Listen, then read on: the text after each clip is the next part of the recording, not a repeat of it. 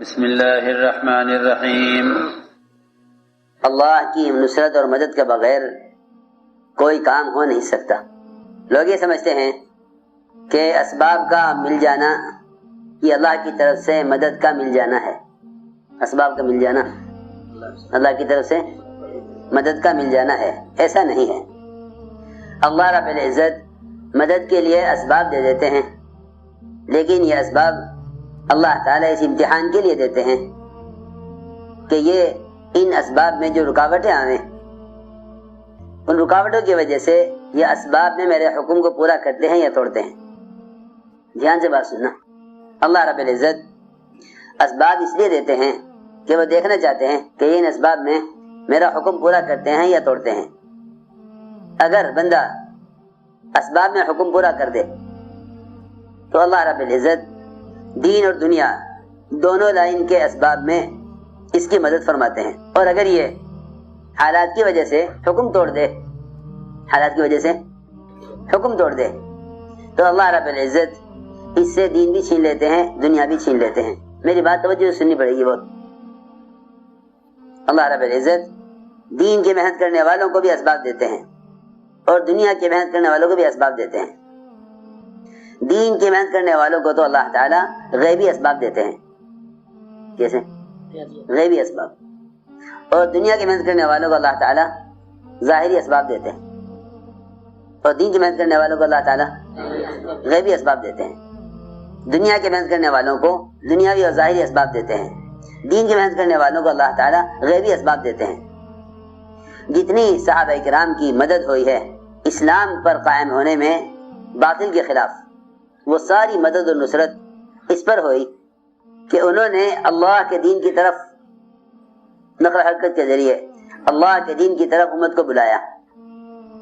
اس میں جو رکاوٹ پیش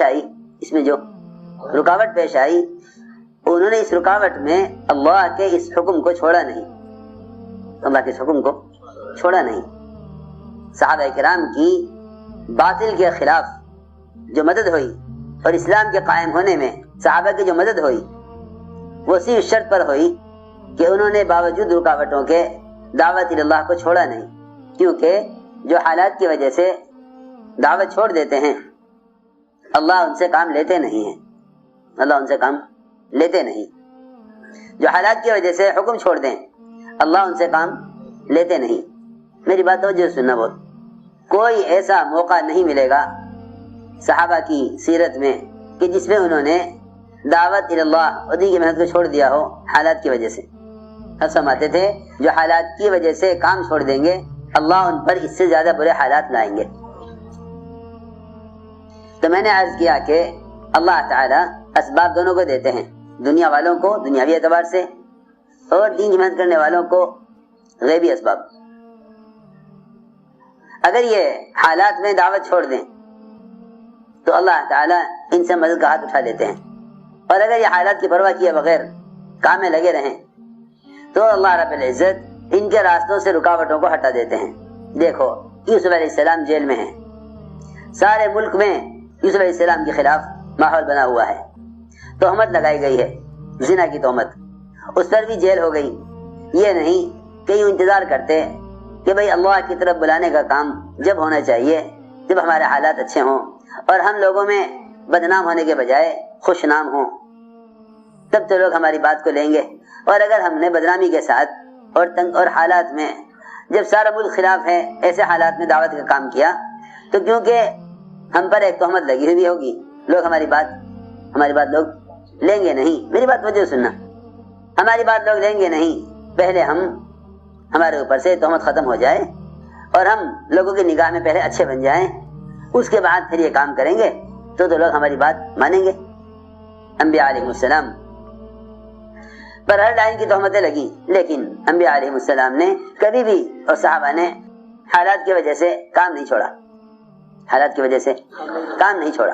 یوسف علیہ السلام ہر طرح کے حالات میں گھرے رہے، لیکن جیل میں بھی دعوت کو مقدم رکھا، جیل کے اندر بھی دعوت دیتے رہے۔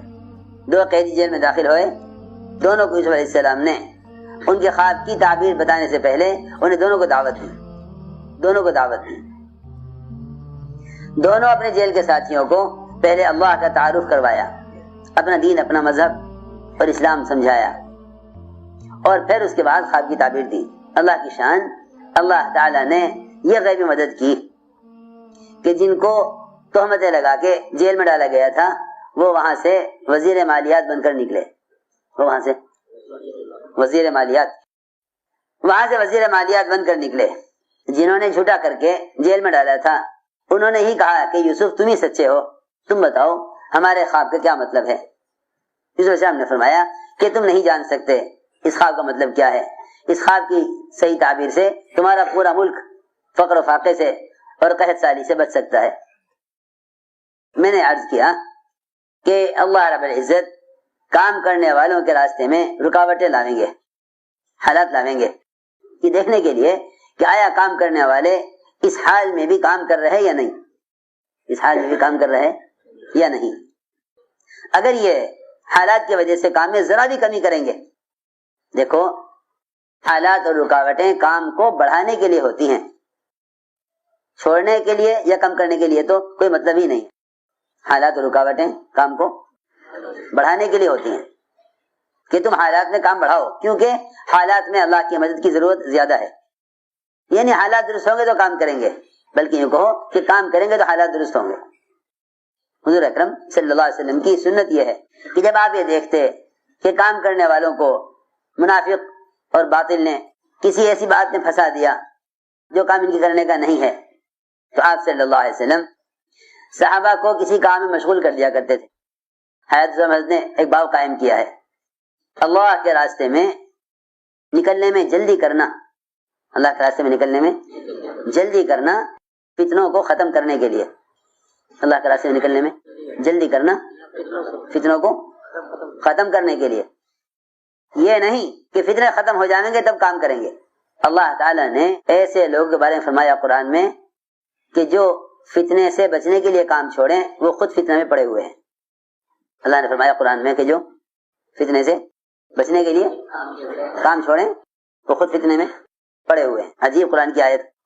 وَمِنْهُمْ مَنْ يَقُولُ اُذَلِّي وَلَا تَفْتِنِّي، ایسے بھی ہیں مدینے میں رہنے والے کہ انہوں نے کہا کہ اے محمد صلی اللہ علیہ وسلم آپ ہمیں اجازت دے دیجئے کہ ہم مدینے میں رہ لیں، آپ جس رخ پر بھیج رہے ہیں یہاں ہمیں نہ لے جائیے، اس لیے کہ اندیشہ ہے ہم کسی فتنے میں نہ پڑ جائیں۔ اللہ نے فرمایا الا فی الفتنۃ سقطوا، کہ یہ تو لوگ اللہ کے راستے کے خروج کو چھوڑنے کی وجہ سے فتنے میں پڑ چکے ہیں، ان کا نہ نکلنا ہی فتنہ ہے، اگر نکل جاتے اللہ کے راستے میں تو فتنے سے بچ جاتے۔ الا فی الفتنۃ سقطوا، جنہوں نے نکلنا نہ چاہا، جنہوں نے فتنے کی وجہ سے نکلنا نہ چاہا، اللہ نے ان کے بارے میں فرمایا کہ جو فتنے کی وجہ سے نکلنا نہیں چاہ رہے ہیں یہ خود فتنے میں پڑے ہوئے ہیں۔ کیسی عجیب بات ہے قرآن کی۔ الا فی الفتنۃ سقطوا، کہ یہ تو سن لوگوں سے فتنے میں پڑ گئے جو یوں کہیں کہ بھائی فتنہ ہے، حالات ٹھیک نہیں ہیں، ابھی نہ نکلو۔ غزوہ مریسیہ میں ایک انصاری ایک مہاجری کے درمیان پانی لینے پر کچھ بحث ہو گئی، آپس میں ایک دوسرے کا ہاتھ مار دیا۔ اس پر انصاری نے انصار کو آواز لگائی میری مدد کرو، ادھر مہاجری نے مہاجرین کو آواز لگائی میری مدد کرو، دونوں طرف کے لوگ کھڑے ہو گئے۔ جب آپ نے یہ دیکھا ادھر ایک منافق نے کہہ دیا کہ عزت والے ذلت والوں کو مدینے سے نکال دیں گے، عزت والے ذلت والوں کو مدینے سے نکال دیں گے۔ اب چل پڑی بات دو کے درمیان، ہاں بھائی کون عزت والے کون ذلت والے، بھائی کون کسے نکالے گا۔ بیٹھ گئے آپس میں بحث کرنے، دیکھ لیں گے ہم بھی کون کسے نکال دے گا۔ آپ نے دیکھا اچھا ایک منافق کی بات سے ہمارے صحابہ متاثر ہو گئے، ایک منافق کی بات سے متاثر ہو گئے۔ آپ نے فرمایا صحابہ سے کہ چلو چلنا شروع کرو۔ اتنا چلایا اتنا چلایا اتنا چلایا کہ لے کے صبح سے لے کے رات تک، اور پھر پوری رات، پھر اگلا پورا دن، پھر اس سے اگلی پوری رات، پھر تیسرا دن ہر صحابی اپنے گھوڑے اپنے اونٹ پر سوار، اور اتنا چلایا کہ صحابہ چلتے چلتے چلتے چلتے تھک کے چور ہو گئے۔ حکم نہیں ہے رکنے کا، حکم نہیں ہے رکنے کا، حکم نہیں ہے، چلنا ہے۔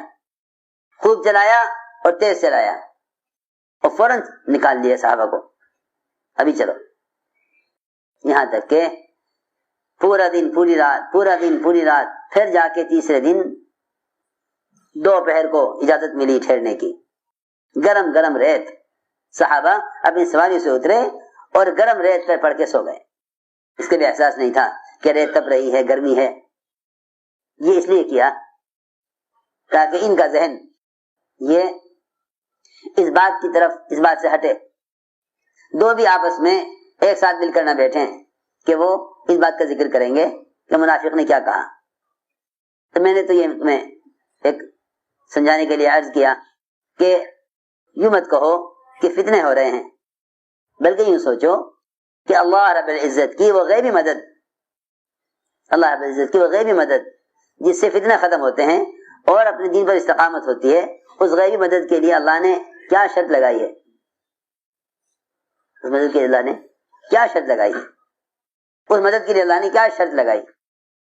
اللہ نے شرط لگائی ہے، دیکھو میری بات توجہ سننا، اللہ نے شرط لگائی ہے دعوت اللہ کی۔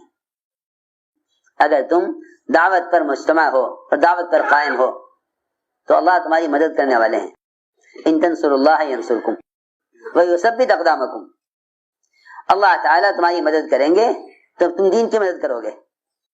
ان تنصروا اللہ ینصرکم ویثبت اقدامکم، اللہ تعالیٰ تمہاری مدد کریں گے تو تم دین کی مدد کرو گے۔